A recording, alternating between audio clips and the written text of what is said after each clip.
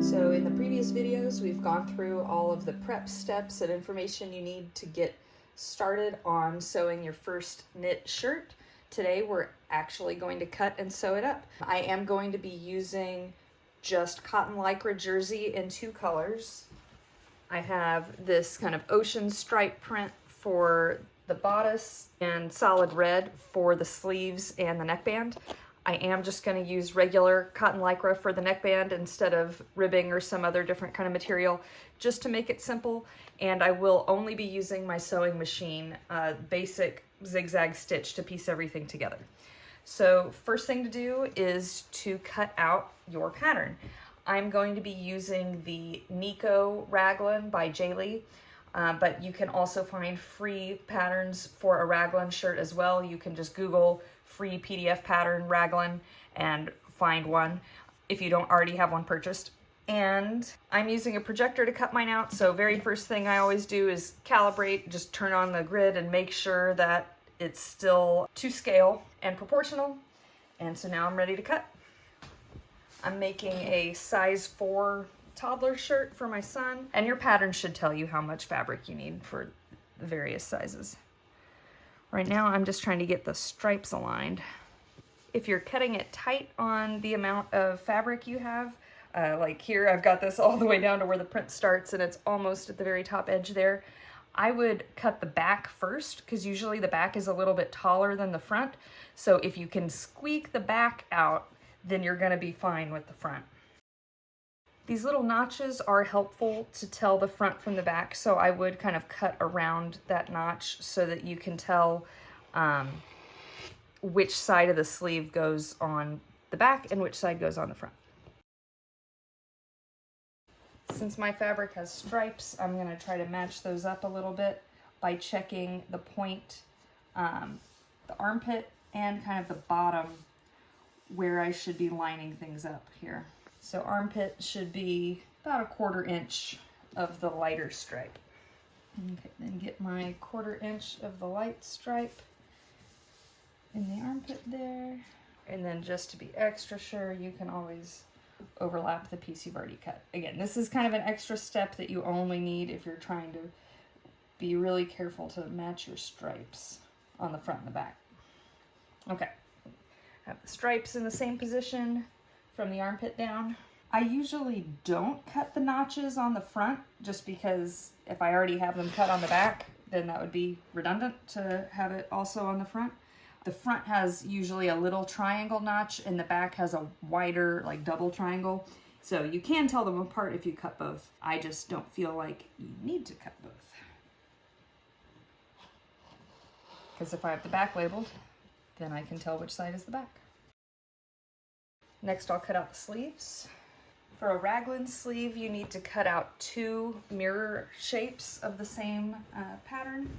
So I'm going to open up my fabric, find the grain, and make sure that I have this arrow lined up with the lines that are in the grain. And then I'm going to fold this over so that I can cut my mirrored pieces at the same time. Make sure that the fold is straight on the grain.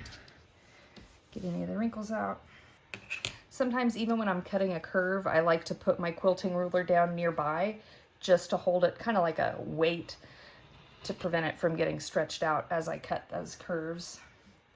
And then again here, you can see the front has the single triangle, the back has the double. So I'm not going to cut the notch on my front, but I will cut it on the back. And then around the notch, you can clean it up. It's okay if it's a little jagged. It's going to get cut off when you sew it, but you just need to be able to tell where it was. So there are my sleeves, mirrored front and back. And then all I need is the neckband. Hard to see on here, but it's right here, and it has a fold line here. Honestly, I find it kind of finicky to try to cut neckbands on the fold, so I'll usually just measure what it would have been. This one's looking like about 6 3/8 inches, so double that, 12 3/4, and it's about a little short of 1 7/8 tall. You can fold it and cut it on the pattern line if you want. I just find it easier to cut just with my quilting ruler. So you can see there is what it wants you to do on the fold. And there we go, there's my neckband. So the reason I'm recommending you do a raglan as your first shirt instead of a standard t-shirt is all of your seams are basically gonna be straight for a raglan. If you look at where the sleeve connects to the bodice here, it's a little bit easier to piece together than your standard t-shirt with curved arms. We'll do that one next, but just for your very first shirt, the raglan is, I think, the simplest to piece together. You can kind of see that's what it's gonna look like, kind of like that. So the first thing to do is to sew your 4 pieces of your shirt together. So you'll wanna find the right side of your fabric, the pretty side or the knit looking side, and line up. You can find one of your back sleeve pieces and the back bodice piece, because they both have the notch. Line those up together. It should be a perfect fit when you have right sides together. It should match that same line. And then use your clips or your pins to hold these in place. I'll usually do about 3 just to keep it as I move it.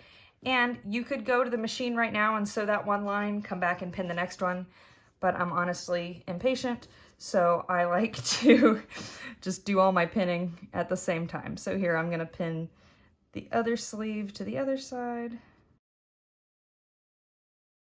And I can even pin the front to the other side of this sleeve here.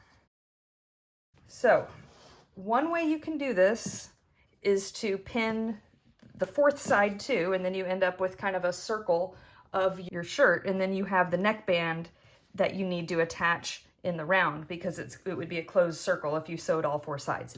So what I'm actually going to recommend for your very first one is don't sew that 4th side just yet.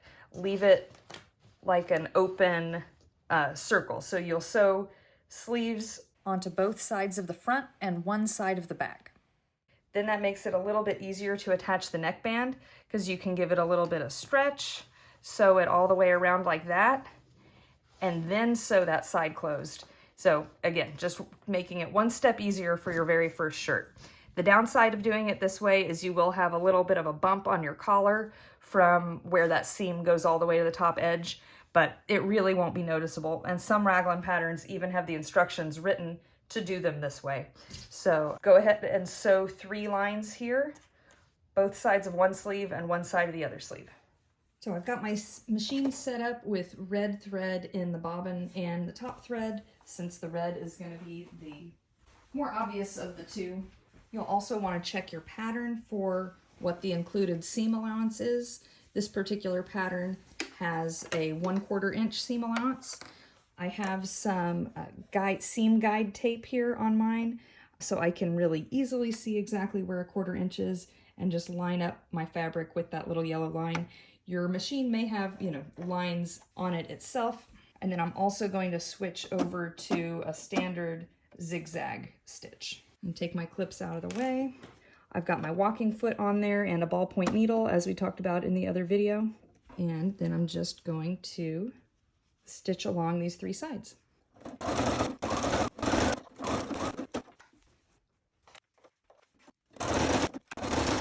That's one good thing. Knits are actually much more forgiving than wovens for having to be accurate, since they do give you a little stretch.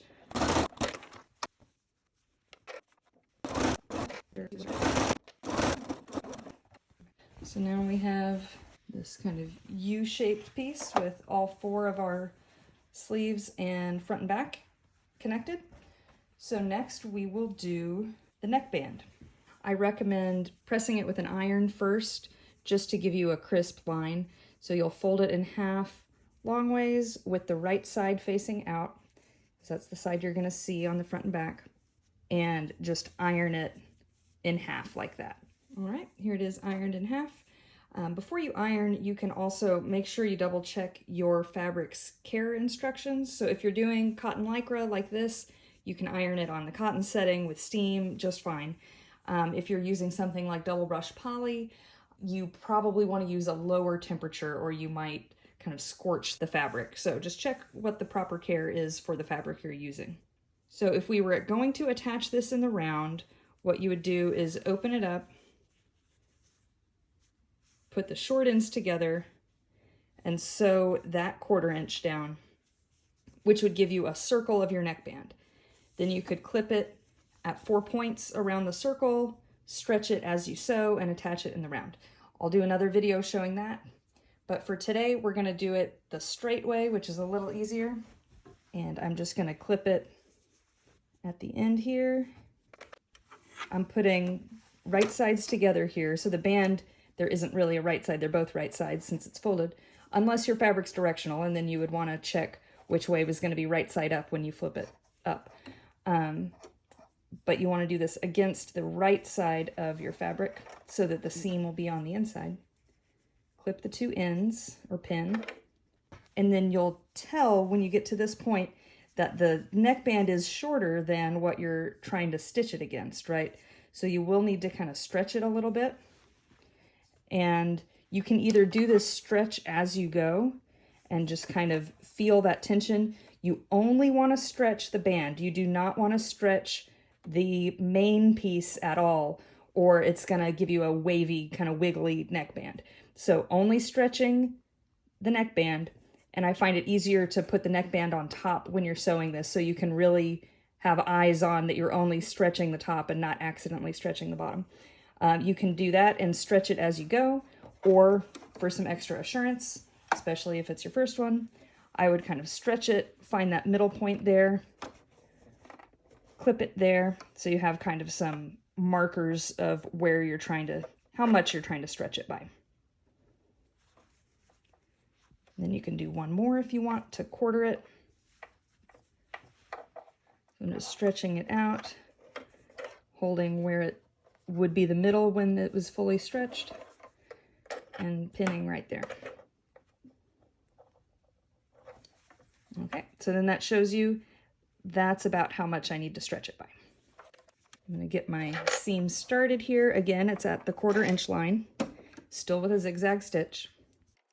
And then once I've kind of got it started, that's where I'm going to stretch it and check the curve to make sure that my neckband is matching the curve of the shirt. And then you'll just kind of, like you're steering a car around a corner,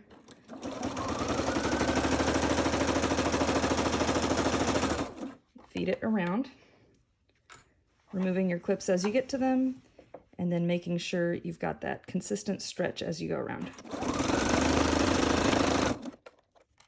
Stretching only the neckband. That part's important. And while I said earlier it's a little more forgiving with the seam allowance than quilting would be, for the neckband I try to be pretty precise because it's a small enough piece. You'll notice the difference between 1/8 of an inch and a 1/4 inch if you were to veer off track. But for side seams, it really is a little more flexible. And now we have a neckband on our straight shirt. So now we can sew that 4th side together. So I'll pin this at the top, middle, and side. So this last little arm short piece is what we're going to be doing now. I'll usually start at the neckband just so I can make sure that those 2 sides are lined up as much as possible. You can even baste it if you want to just really make sure that's not going to shift on you. And this, now you don't need to stretch again. We're done with the neckband, so this is back to just flat sewing. You have a shirt. Ta-da! Okay, so now you'll flip your shirt inside out, put right sides together for the front and the back, fold the arm closed. I like to put a pin right there at the armpit. And then if you're doing stripes, you can make sure you're matching them as you go down the side. Pin that together. I just wanted to step back and show you the full thing since it's a little easier to visualize with more space. So I've got it folded in half, right sides together, and I'm going to sew straight around the arm and down the side on both sides. Still using my zigzag stitch here and no stretching at all, just feeding it straight through. making sure your layers are aligned.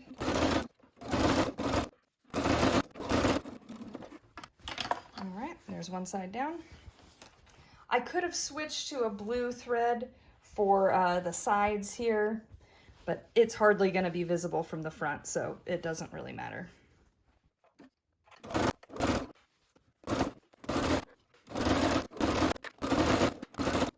So your construction is finished. All that's left is doing the hemming, the top stitching. If having this seam on the shoulder bothers you, then you probably want to look into attaching the neckband in the round, which I will show you in the next video. So our shirt is almost done. All we need to do is fold under and hem or top stitch the sleeves and the bottom. You can also top stitch around the neckband here if you want to for that look, but it's perfectly fine to leave the neckband just like it is. So I usually, your pattern might say in the directions how much of a hem to fold over. For this particular one, if you remember, there was a little bit of a flare on the edge, so I know that that's the amount of the hem that they expect you to have, so that when you turn it under, it matches the existing armpit seam there. So sometimes I'll just eyeball this. Usually I'll press it to make it easier when I'm sewing, to not have to try to keep that exact position.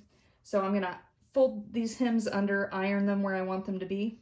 I usually find that it's easier to turn the shirt inside out to do that pressing, so that you can really see that you're keeping a consistent width on that hem. So now that it's pressed, we're ready to top stitch this down. There's a couple different ways you can do it. You can use the same zigzag stitch you just used that your sewing machine is already on, and just go around at the appropriate distance to tack that down kind of right before the edge. That will leave a visible, zigzag seam on the front as the top stitching, which is fine, but it doesn't look as professional as a commercially made shirt with the 2 rows of straight stitches. You don't want to use your normal straight stitch here because you do need it to stretch. So if your machine has what's nice called a lightning bolt stitch, you can use that. You just need to make sure whatever seam you're using has some stretch. I'm actually going to show you how to use a double needle to mimic the stretch stitch that a cover stitch machine would do. If you don't want to mess with the double needle thing, doing a zigzag is perfectly fine. Especially if it's your first shirt, it's kind of a test to see how this goes.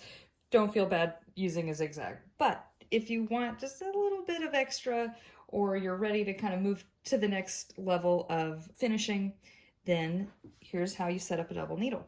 So first I'm just going to cut my needle thread off because I need to wind a second bobbin to use. If you happen to have 2 spools of the same thread color, then you can just do that. But I don't, so I'm going to use a bobbin to create my second spool. So I'm doing this just like I would thread a normal bobbin.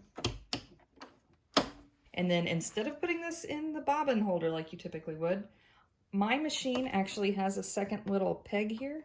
So a completely separate spindle peg. So I'm going to use that for my second spool. If your machine doesn't have that, you can stack them up on top of each other.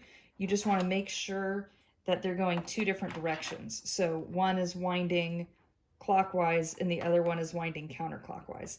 And that way they won't get tangled. Then you just hold both threads together and thread them through your machine. When you get to this step on my machine, it has you do one on one side and one on the other side of that little post. So you may want to check your machine manual to see if there's anything special you need to do when using a double needle. So now I've got my thread all the way down here. I'm going to swap out my needle to the double needle. If you saw in my materials video, I mentioned you always want to use a ballpoint needle, not universal, because universal can tear holes. That is still the case, even for a double needle. Unfortunately, I don't have a ballpoint double needle. I gave all of mine away when I got my cover stitch. So this is the only one I have. It's less important with the double needle than with the standard needle because your hems are not going to be under like directional pressure like your seams are. So if you had a seam sewn with the universal needle, that's where that hole could tear over time of being stretched. Your hem seam is not going to be being stretched open in the same way. So if all you can find at your local store is universal, it's okay.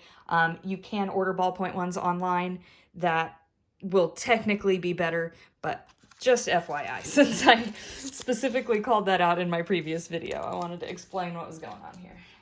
Okay, so you install this needle just like you would any other needle, and then you put one of your threads on the right side and the other on the left side. Before I actually start on my garment, I'm going to test this on a scrap.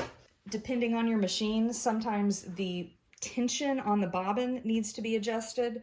Also the top thread tension, there's lots of adjustments to make the first time you're using a double needle that you'll want to play around with before just jumping straight into your garment.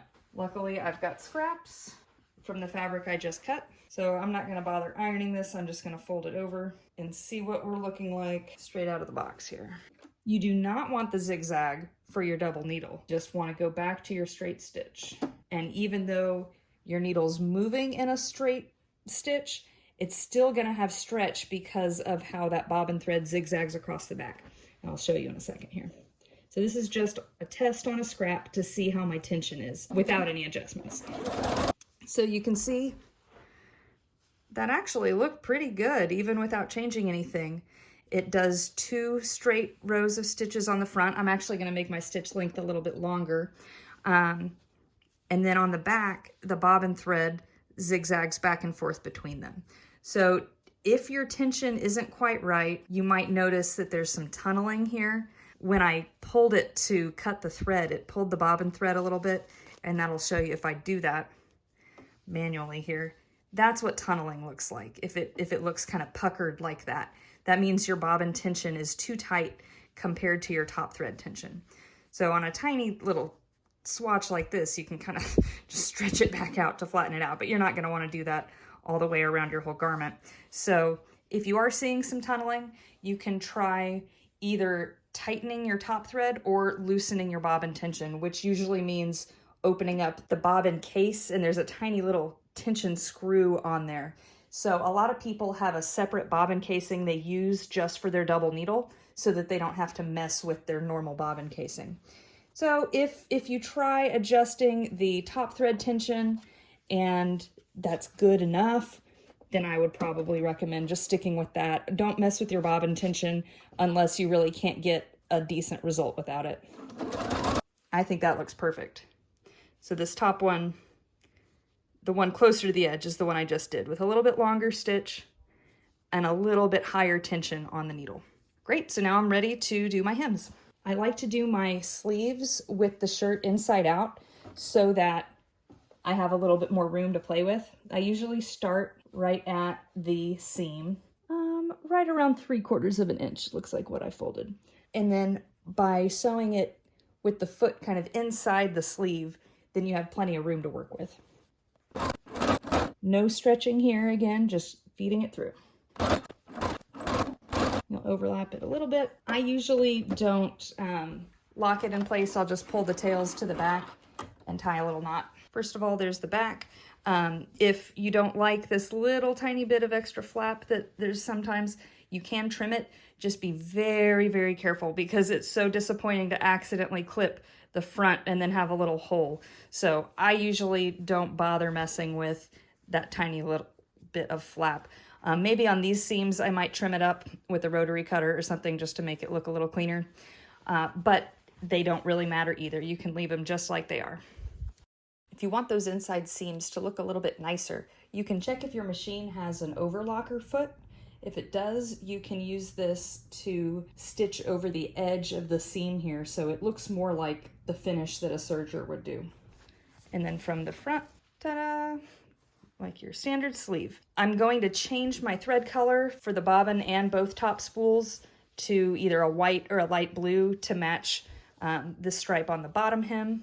I could use red if I wanted contrasting thread, but usually I try to match a little bit better on the top stitching. So I'm going to sew the other sleeve and then the bottom hem, and then we'll be done.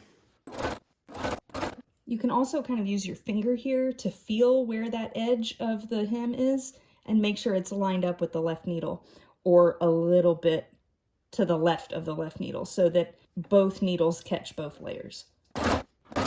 And then when you pull it out, be very careful to pinch the bobbin thread as much as you can, because you don't want to be pulling extra tension into your seam. That'll give you some tunneling. So just make sure you're pulling the bobbin thread out of the machine and not letting the bobbin pull your thread out of your sleeve.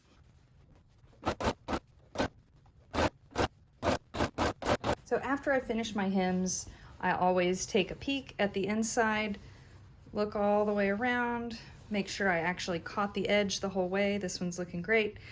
If there were any spots that I accidentally went too far outside and it's like an open flap there, I usually just hit it with a straight stitch, not even with the double needle, just in a little normal tack down, because it's usually a really tiny spot and that one tiny little spot isn't going to need to be stretchy. But this looks great. So next up, I'm just going to iron this, trim up my threads, and this shirt is done. One little quick tip when you're tying off your threads on the inside. So I use a little hand embroidery needle to just tuck those tails that are on the front side back through to the back, and then I tie them off in their little groups of 3, so the 2 top threads and the 1 bobbin thread here. But when you tie this knot, make sure you don't have the bobbin thread on one side and the 2 top threads on the other, because when you tie that, you're going to be over tensioning your bobbin thread. So in one hand, pinch the bobbin thread and one of the top threads, and then the other hand have the other top thread. And then that way, when you tie the knot, it will not mess up the tension on the front. So there's your finished shirt. In the next video, I'm going to rip off this neckband and put it on again in the round so you can see what that approach looks like. And also, it annoys me that I got that seam in the front. So works out for 2 reasons. So I'll show you the other method for attaching the neckband, and then I'll also show you in future videos how to upgrade these finishes with the other various machines. So what a serger can do for you, and then what the cover stitch can do. So hopefully this helps. If you have any questions, if you try this out, let me know in the comments.